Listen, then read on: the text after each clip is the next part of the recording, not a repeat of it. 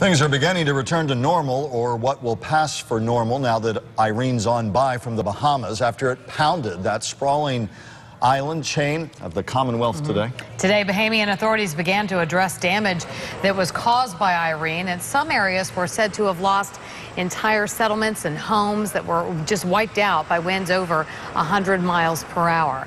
News Channel 5's Jay Cashmere is joining us from the live desk tonight with more on Hurricane Irene's effect on the islands. Jay? Kelly, Michael, officials say it's a very slow process due to power damages and a problem with phone lines down. No one is able to communicate properly, especially with the southern Bahamas, which was hit the hardest.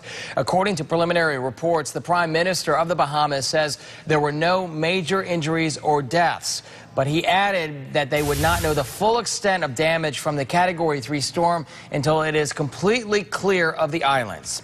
Joining me now live on the phone from Nassau is Palm Beach Post reporter Kimberly Miller. Kimberly, I know you wrote out the storm earlier today. How are things looking there tonight? It's pretty calm right now. The winds are calm. There are people out in the streets trying to find a restaurant or something that's open to get dinner, which is proving dangerous. And actually, the government just sent out an urgent warning saying, please get off the streets because there are so many down power lines. And and because electricity is out, you just don't see them until you're right on top of them driving. So they're trying to get people off the streets. But the few restaurants that are open are pretty crowded right now. Kimberly, have you had any reports from other areas in the Bahamas? We understand the southern Bahamas and the far eastern island of the Bahamas took a severe beating. Have you gotten any reports yet of severe structural damage in those areas? You know, pretty much what you said is what I have.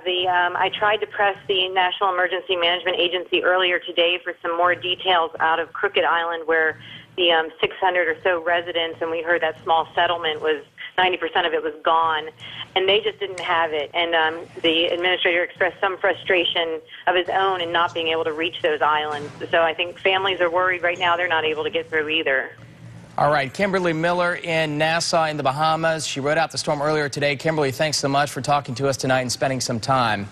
And in Nassau, they are so confident that the tourist areas are secure that they reopened cruise ship docks this evening, and the airport will reopen tomorrow. And get this, they're hoping that tourists will come back as soon as possible, perhaps even ride out Irene in the Bahamas as the storm strikes the United States. Michael, Kelly, back to you.